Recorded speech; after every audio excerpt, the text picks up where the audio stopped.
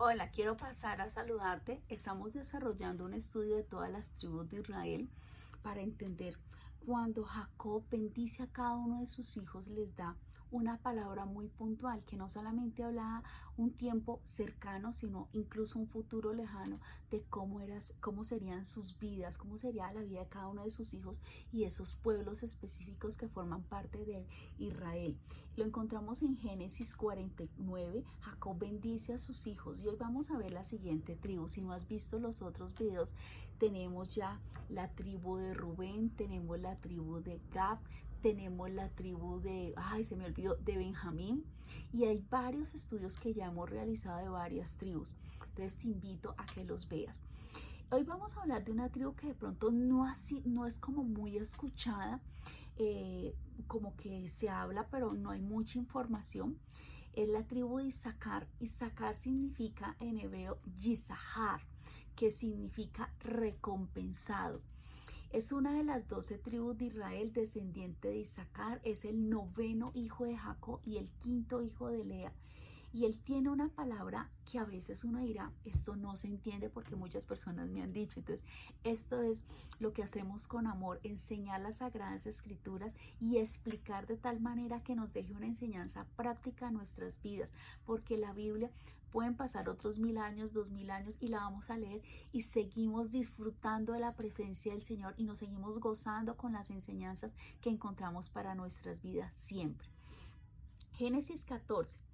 Isaacar es un asno fuerte, echado entre dos alforjas. Versículo 15 de Génesis 49. Al ver que el establo era bueno y que la tierra era agradable, agachó el hombro para llevar la carga y se sometió a la esclavitud. Entonces, ¿qué significa esto? Bueno, vamos a explicar.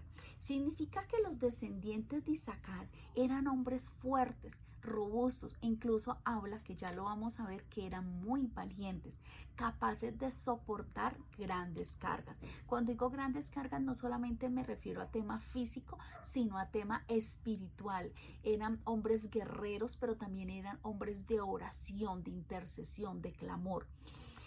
También dice que los descendientes de Isaacar serían agricultores.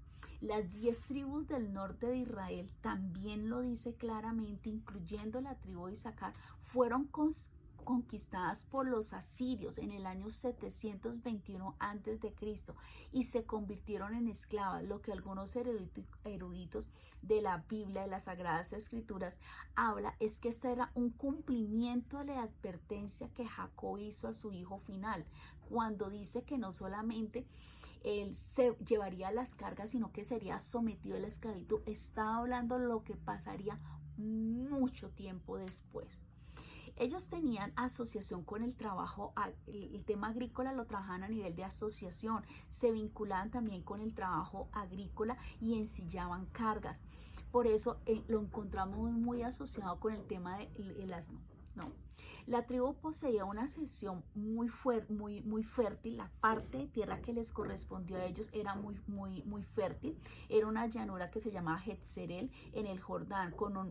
Entonces, esto es importante y vamos a ver las características. ¿Qué enseñanza nos deja esta tribu? La primera, sabiduría y conocimiento. Dice en Primera de Crónicas 12:32, de los hijos de Isaacar entendidos en los tiempos para saber lo que Israel debería hacer. Sus jefes eran 200 y todos sus hermanos estaban a sus órdenes. Ellos estudiaban mucho tiempo las Sagradas Escrituras. Esto los hizo influyentes en la toma de decisiones y se le atribuye la creación del calendario de Israel. Muchos de las tribus de Isaacar se unieron en tiempos en que David estuvo en Siglag. Y ellos, dice la palabra en Primera de Crónicas 7:4-5, entendidos en los tiempos y sabía lo que Israel tenía que hacer. Pero ¿por qué eran entendidos? Porque eran hombres de que escudriñaban las Sagradas Escrituras. También dice, y había con ellos en sus linajes por la familia de sus padres 36,000 hombres de guerra, porque tuvieron muchas mujeres e hijos, y sus hermanos por todas las familias de Isaacar contados por sus genealogías eran 87,000 hombres valientes en extremo. Segunda característica, eran guerreros en oración, en intercesión, quienes llevan la unción de estar en estos tiempos, de tener discernimiento, conocimiento, de buscar la sabiduría de Dios a través de la palabra, no a través de otras técnicas, ocultismo, brujería, ouija, el velón, no sé qué tantas cosas, el yagé, que finalmente son temas que el Señor no nos ha llamado, o medium, consultar medios, son cosas que Dios no nos ha llamado. Dios dice, ven a mi presencia, busca mi gloria, pide sabiduría, yo te la daré. Es así de sencillo. La presencia de Dios es entrar en tiempos de oración, en tiempos de ayuno, y buscarlo a Él, no buscar afuera lo que con la intimidad con Dios puedes lograr y ser invencible para el servicio con el Señor.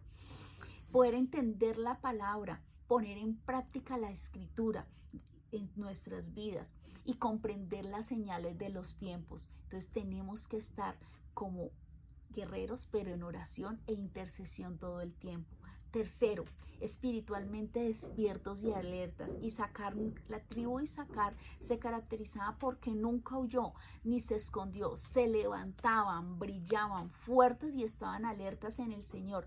No se dejaban adormecer por mentiras, volviendo la cabeza hacia los que dicen los medios de comunicación, por lo que dicen los hombres, lo que dicen los demás, y entidades que solamente al final de la historia quieren manipularnos. No. ¿Qué hacía esta tribu? Una tribu que iba a la escritura y decía, Señor, háblame en tu palabra, debo de marchar, ¿qué debo hacer? ¿Cómo debo hacerlo? Pero ese era el resultado de tener una intimidad con el Señor. Y esto es importante cuando tú logras entender esto. Deuteronomios 33, 18, 19. A Zabulón dijo, alégrate Zabulón cuando salieres, y tú Isaacar en tus tiendas. ¿Qué le está diciendo a esta tribu? Que Isaacar prosperaría en su casa. Vemos que tuvieron muchos hijos, que sus tierras fueron muy prósperas. Y ese fue el resultado de amar al Señor, de obedecer las escrituras, de servir al Señor siempre. La vida tiene grandes premios. A veces pensamos que los resultados llegan ya de inmediato. No, se construye disciplina, se construye el trabajar y el servicio correcto a Dios, se construye un hogar día tras día, un matrimonio, unos hijos. Somos de procesos, no somos de flash, no, somos de bendición en bendición. Por eso dice la palabra, las bendiciones me persiguen y alcanzan. ¿Qué debo hacer? Andar en la senda que Dios me dijo que tenía que andar, hacer lo que el Señor me tenía que hacer, no lo que los demás te digan, lo que los demás te quieran decir, y no permitir ser manipulados. En este momento las redes sociales son una gran bendición porque nos permite llegar a muchos sitios, pero también tenemos que ser selectivos. Dice la palabra que escudriñar, o sea, revisemos y seleccionemos, y lo que no sea de bendición no lo recibas. ¿Por qué? Porque no debemos ser como son los demás. La diferencia cuando tú eres hijo es que tú no haces lo que los demás hacen por agradar al mundo. Tú haces lo que Dios te ha mandado a hacer para agradarle solo a Él, aunque los demás no lo entiendan. Por eso a veces dicen hermosamente, el evangelio es locura para quien no lo entienden. Y te lo digo personalmente, muchos dirían, pero ¿cómo vas a dejar una carrera profesional de ingeniería industrial y te vas a dejar vivir al ministerio? Mire, nuestro trabajo es hablar en las redes sociales, aconsejamos, visitamos clínicas, atendemos consejerías en colegios desde niños muy pequeños, hacemos muchas cosas, pero realmente es una labor que la hacemos de corazón y agradecemos a las personas que nos quieran apoyar, pero dice que es maravilloso el dador alegre, pero no se puede obligar a nadie, tiene que ser algo del corazón, que quieran apoyar lo que estamos haciendo, y esto es maravilloso. Para la lógica de este mundo diría, pero ¿cómo vas a dejarlo seguro, tu carrera y todo esto? ¿Saben qué? Si yo tengo que volver a tomar la misma decisión, la tomaría. Dejarlo seguro e irme para lo que aparentemente el mundo dice es inseguro, pero es de gran gozo.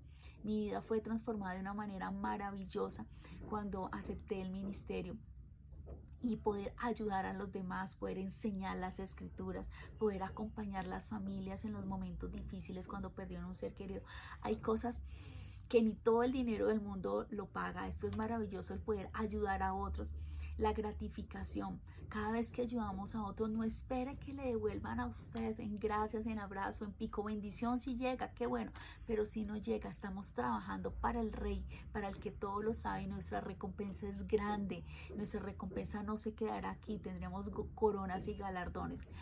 Esta tribu, una tribu que conocía el mover de Dios, porque tenía un proceso de intimidad, tenía comunión, y sobre todo hacía lo que le agradaba que hiciera antes de hacer su voluntad. Cuando nosotros nos anulamos y decimos, Señor, ya no vivo yo, ya vives tú. Toma el control de mi vida, toma el control de mi casa, todo está aquí. Esto es bendición y victoria. Para otros locura, pero para los que conocimos al Señor y dijimos, sí, Señor, te amo, te quiero servirte, no importa el nombre, porque hay muchas personas que se ponen a discutir, es que me tienen que decir, no, el nombre no importa. No importa cómo te digan, si te dicen Ángela, si te quieren decir maestra, si no te quieren decir, no importa. ¿Sabes qué es lo que importa verdaderamente? Amar las almas, impactar las almas mostrando el amor de Jesucristo. Esa es nuestra misión número 1. El amor, mostrar la importancia del amor, la necesidad más grande de la humanidad. A veces pensamos que son otras cosas, pero lo primero de un ser humano es sentirse amado. Cuando un ser humano se siente amado, cuando conoce lo que es la misericordia del Señor, cuando entendemos que tenemos un Padre maravilloso, que dice la palabra, aunque mi padre y mi madre me dejasen, con todo el Señor me recogerá. Cuando yo logro entender lo que es eso en mi vida, puedo secar mis lágrimas, puedo levantarme y decir, Señor, aquí estoy. ¿Qué quieres que haga y cómo quieres que te haga? Nací para adorarte, nací para servirte. Sé que son muchas mis fallas y mis equivocaciones, Señor, pero quiero cambiar. No lo puedo hacer solo, pero si tú me acompañas, como dice Moisés, si tú no vas conmigo, yo no voy. Así debe ser nuestra vida. Bendigo tu vida, una tribu que nos enseña sabiduría, obediencia, tiempos de oración y sobre todo un mover, pero un mover no en el mundo, sino un mover con Dios para honrarlo y alabarlo eternamente. Te bendigo.